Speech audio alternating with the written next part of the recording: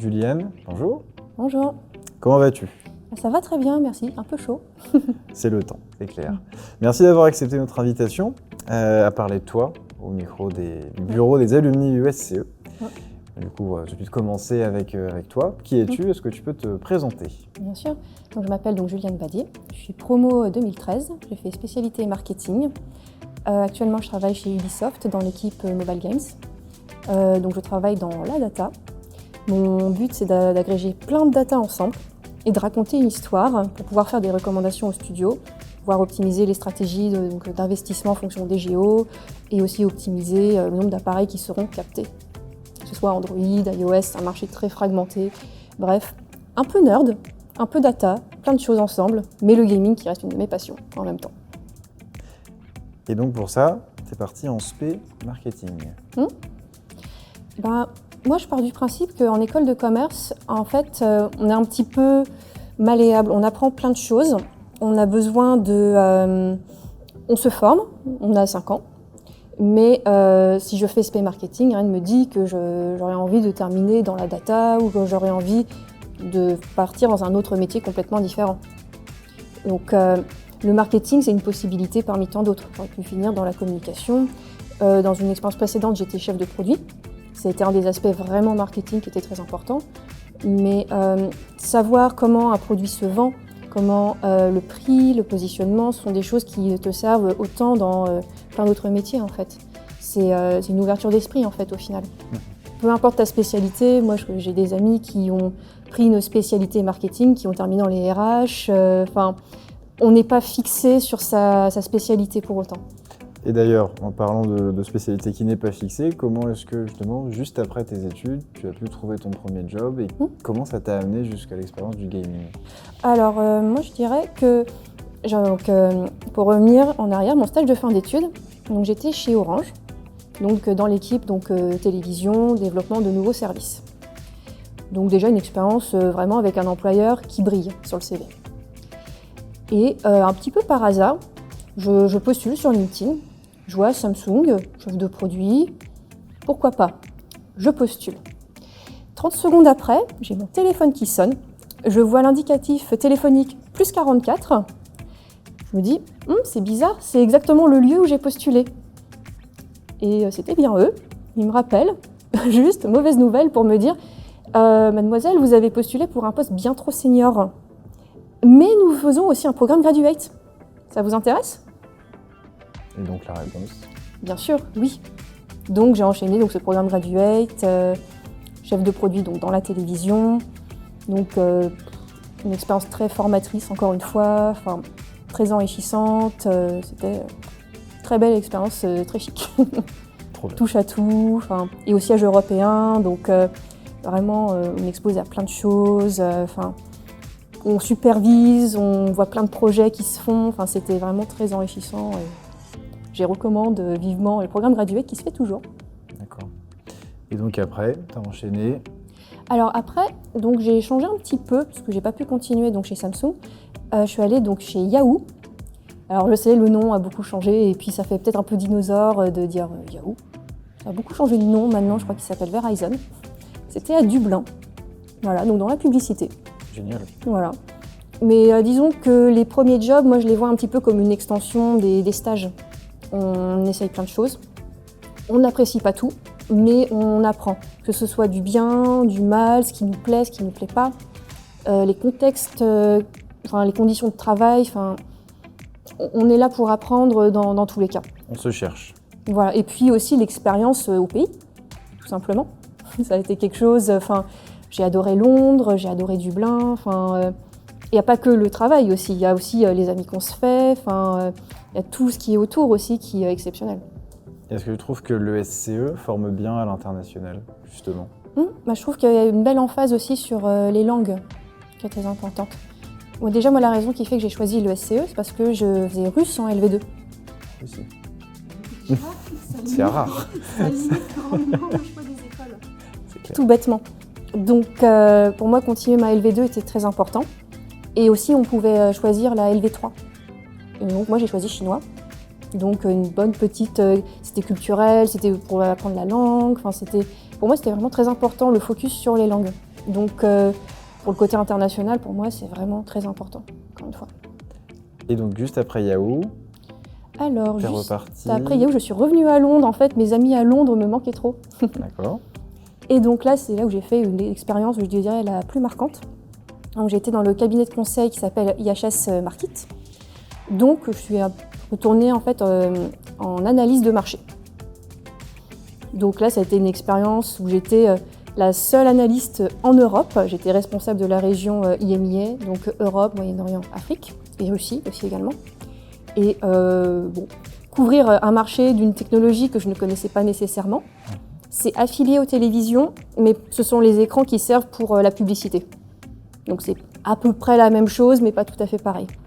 Mais disons que cette expérience a été très formatrice. J'ai appris beaucoup, Excel, qu'est-ce que j'ai pu en faire, construire des bases de données, faire de la prise de parole en public, parce que j'ai donné des conférences, donc à la fois en français, mais en anglais aussi également.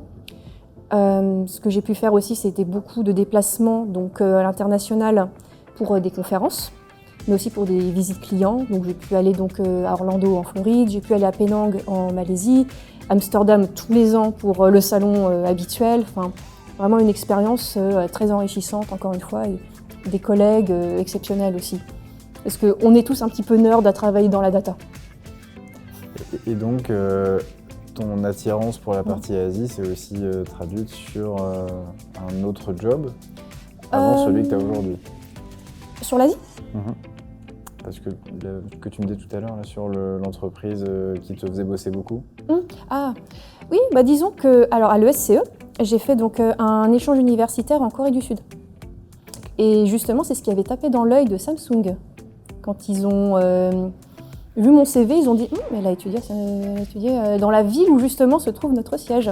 L'université Ajout, pour ne pas la nommer, qui est à Suwon. Voilà. Donc ça a beaucoup intéressé. À l'époque, les échanges avec la Corée du Sud ne se faisaient pas autant, quand même. Donc ça me démontre qu'on a un intérêt certain pour le pays, pour la culture. Donc c'est quelque chose qui a aussi fait que mon CV s'est distingué parmi d'autres. Encore une fois, il n'y a pas que les expériences précédentes, ça aide.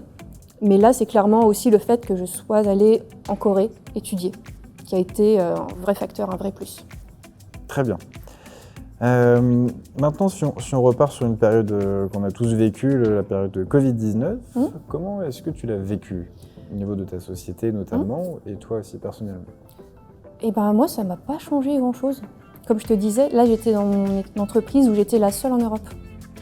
Donc en fait, je n'avais pas vraiment d'équipe à proprement parler autour de moi. J'avais des collègues, des amis. Mais pour mes relations au quotidien, en fait, mon équipe était des analystes aux États-Unis, en Corée, au Japon, en Malaisie. 8 heures de décalage entre chaque personne.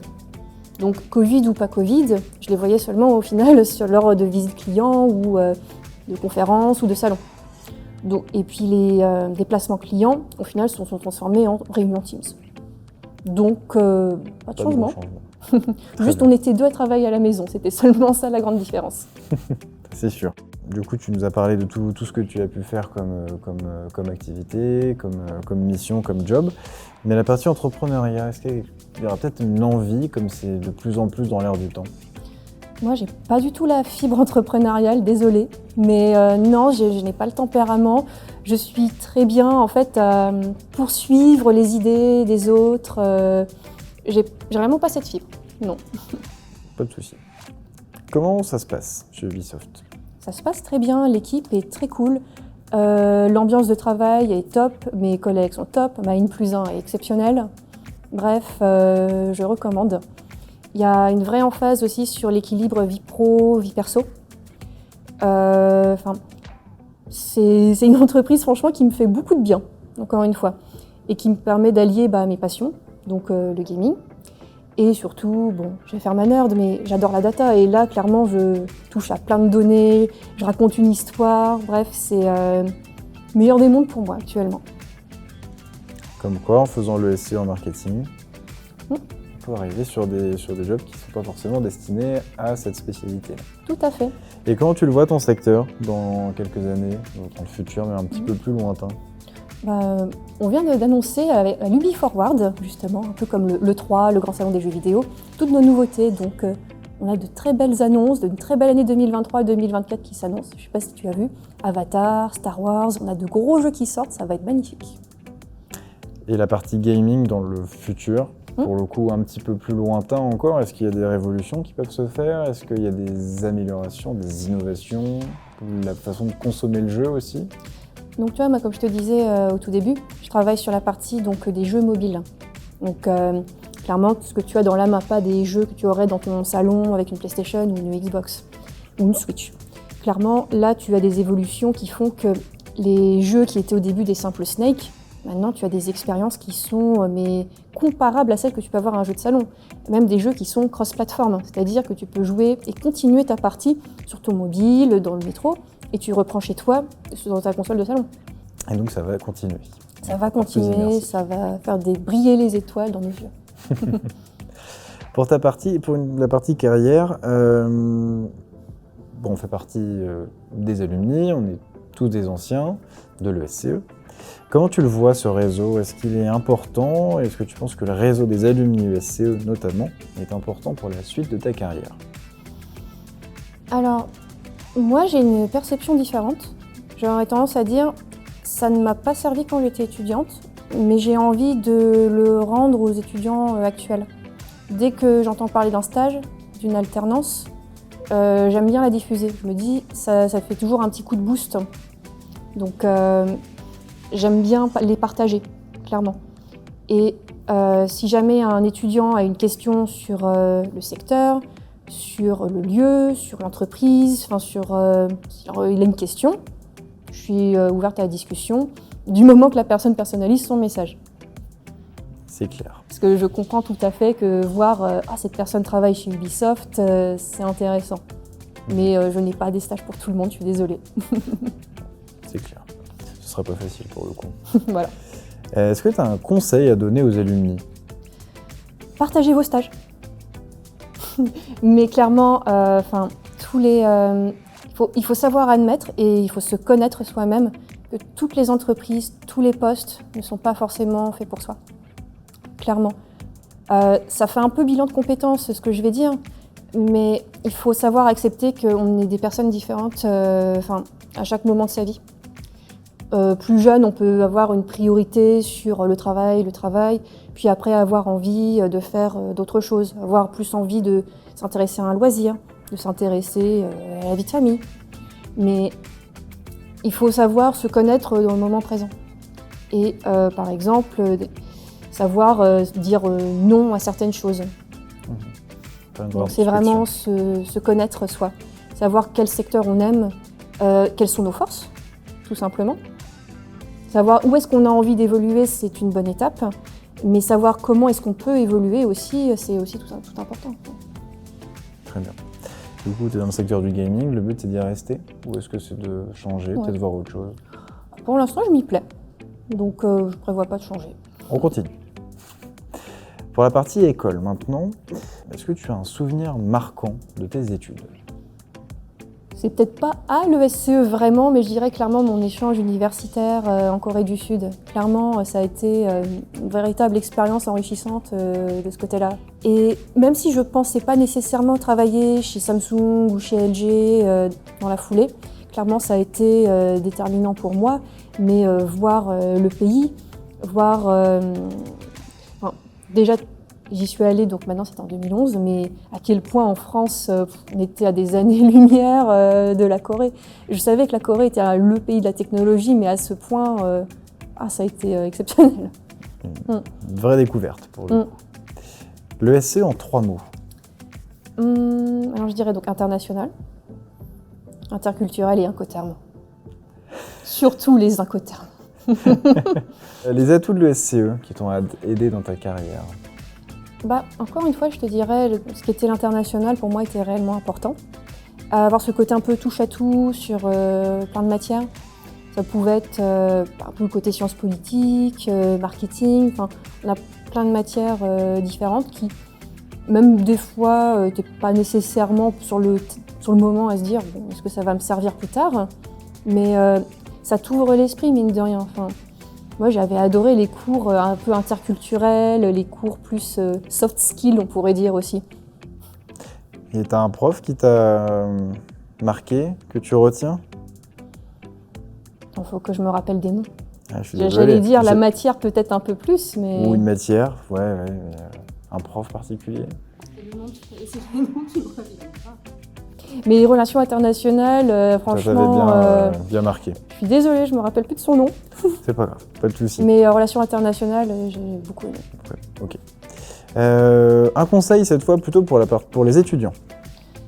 Donc ne pas hésiter à contacter justement le réseau des anciens, clairement, déjà pour commencer. Mais ce qu'il faut, je dirais surtout comme conseil principal, quand vous postulez donc à des offres de stage, d'apprentissage ou des CDI, il ne faut pas hésiter à mettre en avant d'autres choses de soi sur son CV ou sa lettre de motivation.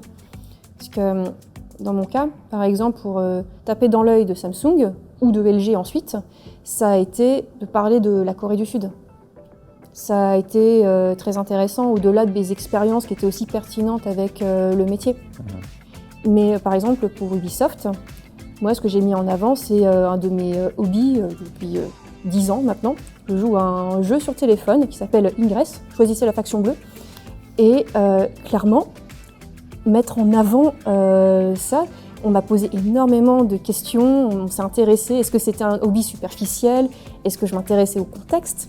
Bref, il faut savoir adapter justement son CV et pas penser que boulot. Disons que d'autres expériences tout à fait pertinentes peuvent être réellement adaptées au contexte. Enfin, on est plus que des expériences de stage. Il y a des choses très intéressantes sur soi qui peuvent être tout à fait valorisées. C'est clair. La partie perso, comment est-ce que tu fais justement pour l'allier, cette vie personnelle et cette vie professionnelle?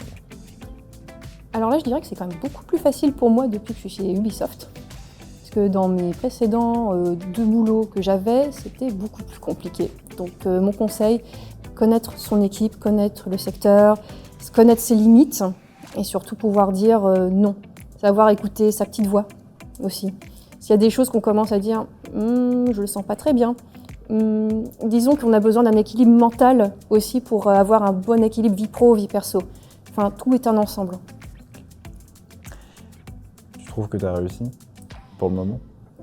Et actuellement, je suis Ubisoft, oui, mais je ne t'aurais pas dit ça l'année dernière. D'accord. On a bien fait de se rencontrer maintenant. Voilà, tout à fait. Et est-ce que la famille a influencé ton choix? Mon choix, alors, je dirais que ce que ma famille, n'a pas influencé mes choix de carrière, mais j'avais fait une section internationale britannique, donc étant plus jeune. Donc faire un passage en Angleterre, en Irlande, c'était le passage obligé. Par contre, c'est là où ma famille a un petit peu plus joué, clairement. Ma mère a été très fière de savoir que je bossais à la City à un moment. Et enfin, ma dernière question, c'est pour toi réussir sa vie. Est-ce que c'est le pro, le perso, c'est les deux? C'est très large. C'est un mélange des deux. Enfin, j'ai pas besoin du travail pour me sentir épanouie, mais j'ai besoin d'être stimulée intellectuellement aussi sur ce que je fais, d'où la data, encore une fois. Mais c'est un équilibre. Enfin, et la satisfaction, on en tire à différents niveaux, à différents endroits, à différents moments. Merci beaucoup, Juliane. Merci Thomas. Est-ce qu'il te reste une dernière chose à rajouter, quelque chose que tu n'aurais pas dit? Partagez vos stages. Ça, on a bien compris. Merci beaucoup. Merci à toi.